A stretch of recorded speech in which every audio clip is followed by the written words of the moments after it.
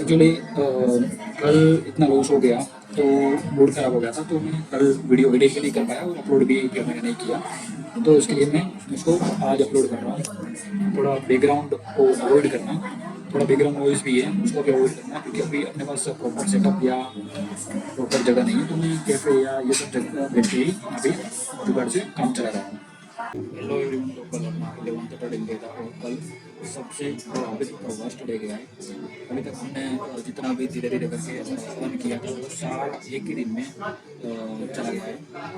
मैं actually 2 trade के बाद मार्केट से फाइट करने में आ गया और कल मेरे टोटल 12 ट्रेड्स हो गए, जिसमें से मोस्ट ऑफ सिटी से मान लो, लेकिन हर ट्रेड में एक दो पॉइंट्स चले गए।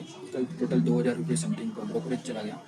अभी तक हमने ये 10 दिन में टोटल 14% अराउंड रिटर्न निकालेगा और कल एक ही दिन में हमारा ओवरऑल 10% रिटर्न माइनस हो गया।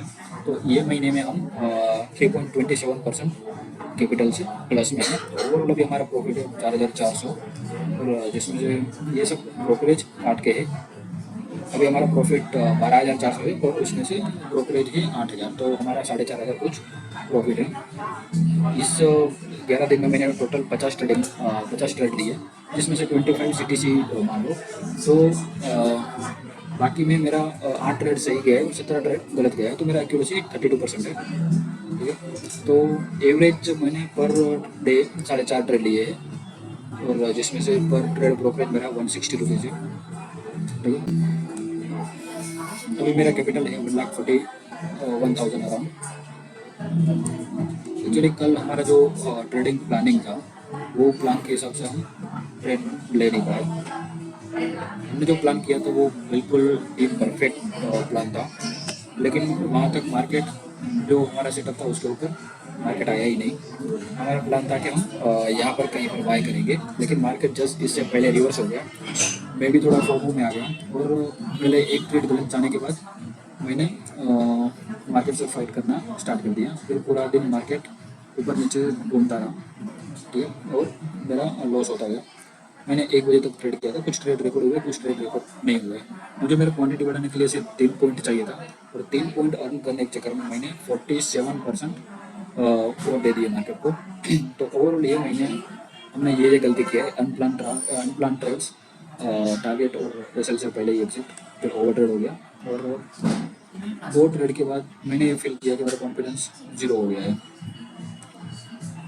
तो ये महीने हम फिर से ट्राई करेंगे, सेम क्वांटिटी रहेगी, लेकिन जब तक हमारा जो कैपिटल है 1,56,000 से 1,60,000 नहीं हो जाता, तब तक हम क्वांटिटी नहीं बढ़ाएंगे।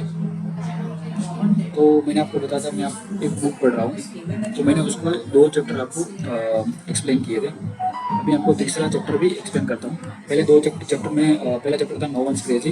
हर ट्रेडर अपने एक्सपीरियंस के हिसाब से ट्रेड करता है, इसलिए कंपैरिजन नहीं, सेल्फ डिसिप्लिन जरूरी है।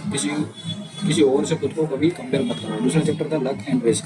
हर प्रॉफिट स्किल नहीं होता और हर लॉस गलती नहीं होती। लॉन्ग टर्म में सिर्फ रिस्क कंट्रोल ही ट्रेडर को बचाता है। और तीसरा चैप्टर है नेवर इनफ। टारगेट या ऐसे लीड के बाद रुकना ही रियल स्किल है, वरना ग्रेड ही अकाउंट उड़ा लेती है, वाइप आउट हो जाते हैं। अगर आपने ये डिसाइड नहीं किया कि कितना काफ़ी है, तो जितना भी कमा लो हमेशा आपको और चाहिए रहेगा। इस चक्कर में हमेशा ओवर ट्रेड हो जाएगा। ट्रेडिंग में इसका मतलब ये होता है कि प्रॉफिट के बाद भी आप ट्रेड लेते रहो, लॉट साइज बढ़ा दो, या लॉस रिकवर करने के चक्कर में आप और रिस्क लेते रहो, जो मैंने कल किया। कल मैंने मार्केट से फाइट करना स्टार्ट कर दिया। पहले ट्रेड में लॉस हो गया, फिर मैंने दूसरे ट्रेड में लॉस किया, फिर तीसरा ट्रेड में एक दो पॉइंट लेके मैं 40-45 पॉइंट मैंने मार्केट को दे दिया। जब हम दूसरों के प्रॉफिट को देखते हैं तो अपना डिसिप्लिन टूट ही जाता है, इसलिए कभी भी हमें खुद को दूसरे के साथ कंपैरिजन नहीं करना चाहिए। ये 3rd चैप्टर में ये सीख मिलती है कि रुकना सीखो।